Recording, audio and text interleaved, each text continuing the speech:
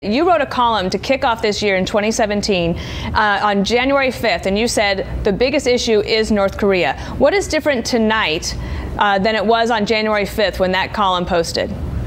Well, that we're actually getting some real resistance from the United States. For 30 years, we acquiesced. We kicked the can down the road. We entered into negotiations under the Clinton administration, the Bush administration, and Obama, all of which we were played. I think President Trump is absolutely right. We were played. People talk about the leader of North Korea being a madman and insane. Well, I've come to the view that he's actually exceptionally clever and rational in his own way, which is these people, he and his father and grandfather, have been able to play off the world with a very weak hand to survive, to control the regime, and up until now, to be undeterred in their quest to become a nuclear power. When he hears the vice president say that the era of strategic patience is over, what do you think he understands that to mean?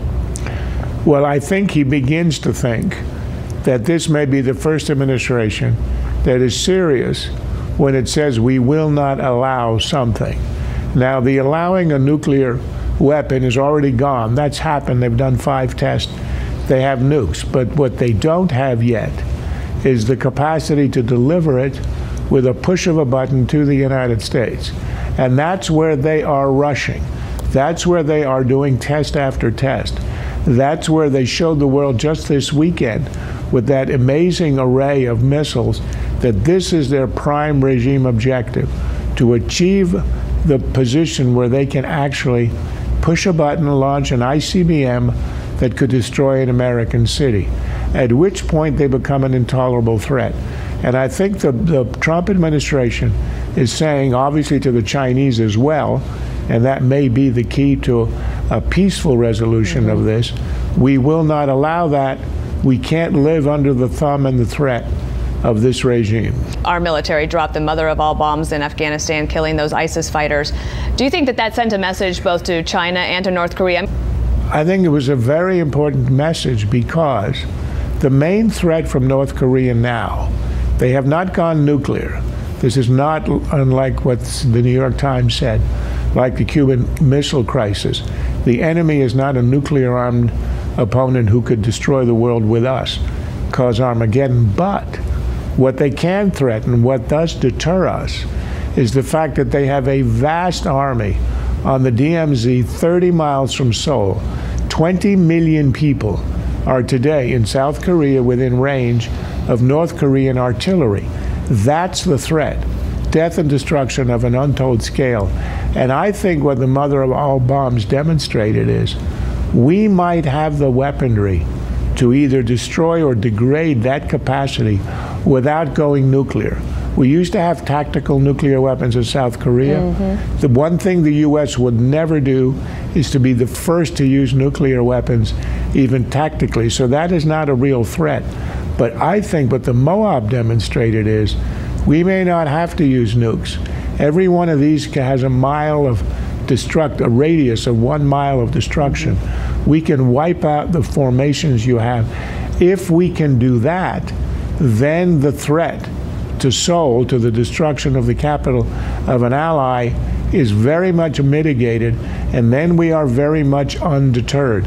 So I think it was a very important and powerful message. To me, the Chinese option has until now been Lucy and the football. They keep promising, tantalizing, yes, we might do this. They turn away a coal shipment from North Korea this week. Everybody cheers. That's not going to make a difference. In the end, China can bring down the regime if it wants. I think what we need to do with China is to offer them a grand bargain. We know you don't want to see the regime collapse. You don't want a South Korea expanding to be on your border. We understand that. Why don't we offer you a solution where we Finlandize North Korea, where in the end you help to bring down the regime, but you can decide who succeeds.